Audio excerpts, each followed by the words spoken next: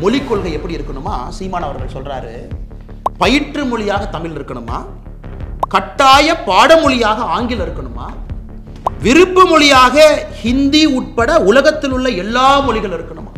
புதிய கல்விக் கொள்கைக்கும் அண்ணன் சீமான் அவர்கள் கொடுத்திருக்கக்கூடிய தேர்தல் அறிக்கைக்கும் என்னங்கய்யா வித்தியாசம்? என்ன வித்தியாசம்? அதாவது பைத்தியக்காரத்தனா நீங்க படிச்சது அப்படி படிச்சிருக்கீங்க, அதுல அது அவர் சொல்லுவாருங்க. அவர் நல்லா படிக்கணும். ஐபிஎஸ் படிச்சு பார்த்ததுல அதுல எழுதிருக்கு கொள்கை மொழி தமிழ்னு எழுதிருக்கு. தலைப்பை படிக்கணும்.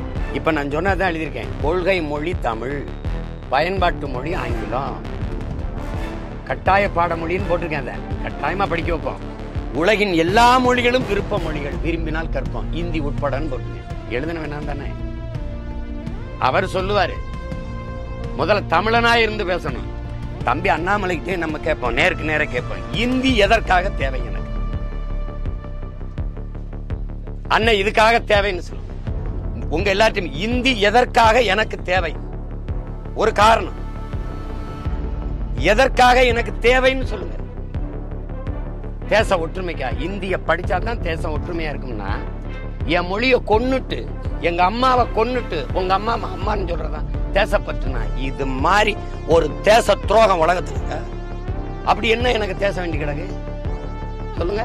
இந்த நாடு நாடாவதற்கு முன்பே நிலைத்து வாழக்கூடிய மகன் நான். அது அண்ணாமலைக்கு தெரிஞ்சிருக்கணும்.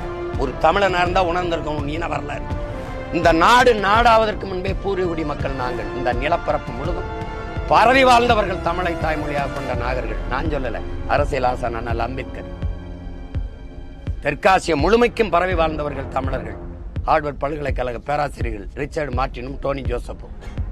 நம்ம சொன்னா கூட பரவாயில்ல, பெரிய பெரிய மேதைகள் சொல்றாங்க. என் மொழியை நீ அப்படி சாதாரணமா இந்தி எதற்கு கத்துக்கணும்? இதுக்காக கத்துக்கணும். தேவைன்னா கத்துக்கிறோம். ஏன் இந்தி மட்டும் படிக்கணும்? மராட்டி படிக்க கூடாதா? மராட்டியில போய் இப்படி சொல்லுவியா? சட்டசபையில நீ இந்தியில உறுதி பிரமாணம் எடுத்துருவியா? சொல்ல முடியுமா? அவ்வளவு உறுதியா இருப்பான். நீ எதுக்குன்னு சொல்லுங்க.